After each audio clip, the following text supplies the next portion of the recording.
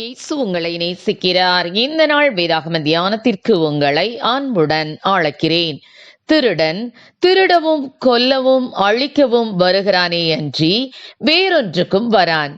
நானோ அவைகளுக்கு ஜீவன் உண்டாயிருக்கவும் அது பரிபூரணப்படவும் வந்தேன்.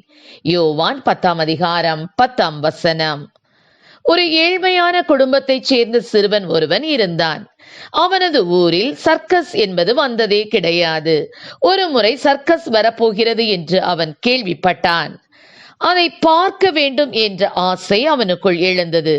அவனது தகப்பனிடம், அப்பா, நான் சர்க்கஸ் பார்க்க வேண்டும் என்று கெஞ்சி கேட்டான். அவனது அப்பாவிற்கு தெரியும் சர்க்கஸை அவன் தன் வாழ்நாளிலேயே பார்த்ததில்லை என்று. ஆகவே அவனை அனுப்ப தீர்மானம் செய்தார். உன்னுடைய வேலைகள், வீட்டில் இருக்கும் வேலைகள் எல்லாம் முடித்தால் ஞாயிற்றுக்கிழமை உன்னை அனுப்புவேன் என்றார். ஞாயிற்றுக்கிழமையும் வந்தது. காலையிலேயே அவன் எழுந்து எல்லா வேலைகளையும் முடித்து தன்னிடம் உள்ள சிறந்த ஆடைகளை எடுத்து போட்டுக்கொண்டு தகப்பனிடம் சென்று நின்றான். அவனது அப்பா தான் கஷ்டப்பட்டு சம்பாதித்த பணத்தில் அவனிடம் 100 ரூபாயை கொடுத்து போய் பார் என்று சொன்னார். அந்த 100 ரூபாயை அவன் இதுக்கு முன்பு பார்த்ததே கிடையாது. எனவே அந்த 100 ரூபாயை முதல் முறையாய் சந்தோஷமாய் எடுத்துக்கொண்டு சர்க்கஸ் இருந்த கூடாரத்திற்கு போனான். அங்கு பார்த்தால் மக்கள் கூட்டமாக நின்று கொண்டிருந்தார்கள். எல்லாரையும் தள்ளி முண்டி அடித்து உள்ளே சென்று பார்த்தால் அங்கு சர்க்கஸ் ஊர்வலம் நடந்து கொண்டிருந்தது. கூண்டில் அடைக்கப்பட்டிருந்த மிருகங்கள் உயரே கம்புகளின் மேலே நின்று உயரமான மனிதர்களாக நடந்து கொண்டிருந்த சர்க்கஸ் மனிதர்கள் கோமாளிகள் என்று வரிசையாக சென்று கொண்டிருந்தார்கள். அதையெல்லாம் சந்தோஷமாக பார்த்து கொண்டிருந்த அச்சிறுவன் ஒரு கோமாளி வந்தவுடன் அவன் கையில் தன்னிடமிருந்த 100 ரூபாய் நோட்டை கொடுத்து கைகளை தட்டி சிரித்து அந்த சர்க்கஸ் ஊர்வலம் முடிந்தவுடன் தன் வீட்டிற்கு சென்று விட்டான். அவன் நினைத்தான் அதுதான் சர்க்கஸ் என்று. அதன் பின் தான் சர்க்கஸ் கூடாரத்தில் நடக்க இருக்கும் சாகசங்களுக்கே பணம் என்பது தெரியாமல் அவன் வீட்டிற்கு சென்று விட்டான். ஆம், எனக்கு அருமையானவர்களே, திருடன் திருடவும் கொல்லவும் அழிக்கவும் வருகிறானே அன்றி வேறொன்றுக்கும் வரான். நானோ அவைகளுக்கு ஜீவன் உண்டாயிருக்கவும் அது பரிபூரணப்படவும் வந்தேன் என்று இயேசு கிறிஸ்து சொல்லியிருக்கிறாரே. நாம் கிறிஸ்து நமக்கு கொடுத்த பரிபூரண ஜீவியத்தில் வாழ்கிறோமா? பரிபூரண ஜீவன் என்பது இப்போது வாழ்கிற இம்மையின் ஜீவியத்திற்கும் மறுமை உலகத்திற்கும் சேர்த்துதான்.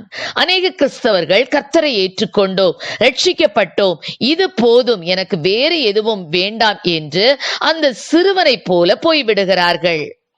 கர்த்தருக்குள் நாம் கணுக்கால் அளவு அல்ல, முழங்கால் அளவு அல்ல, இடுப்பளவும் அல்ல, நீச்சல் ஆழத்தில் மூழ்கி அவருக்குள் நாம் அவர் கொடுக்கும் அபிஷேகத்தை, அவரை போல மாறுவதை, அவர் நமக்கு கொடுத்திருக்கும் ஆவிக்குரிய ஆசீர்வாதங்களை நாம் பெற்றுக்கொள்ள வேண்டும் என்று எதிர்பார்க்கிறார். அதற்காகத்தான் நம்மை அவருடைய பிள்ளைகளாய் அழைத்தும் இருக்கிறார். தேவன் நமக்காகவே எல்லாவற்றையும் கொடுத்திருக்கிறார். ஆனால் நாம் கொடுக்கப்பட்ட கொஞ்சத்தில் திருப்தி அடையாமல் பரிசுத்தத்தில், அன்பில், பொறுமையில், சந்தோஷத்தில், சமாதானத்தில் அவர் கொடுக்கும் பரிபூரணத்தை பெற வேண்டும். அவருடைய பரிபூரணத்தினால் கிருபையின் மேல் கிருபை பெற்றோம் என வசனம் கூறுகிறது. அந்த கிருபையின் மேல் கிருபை பெற நாம் நம்மை தகுதிப்படுத்தி கொண்டு நீச்சல் ஆழத்திற்குள் செல்வோம். கர்த்தர் நம்மை ஆசீர்வதிப்பாராக. ஆமென். ஜெபம்.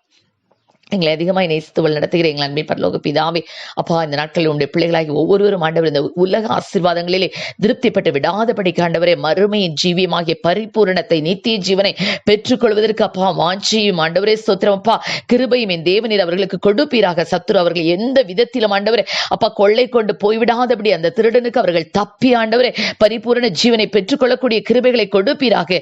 தேவன் தம்மில் அன்பு கூறுகிறவர்களுக்கு ஆயத்த பண்ணினவைகளை கண் காணவும் இல்லை, காது கேட்கவும் இல்லை, அவைகள் மனுஷனுடைய இருதயத்தில் தோன்றவும் இல்லை.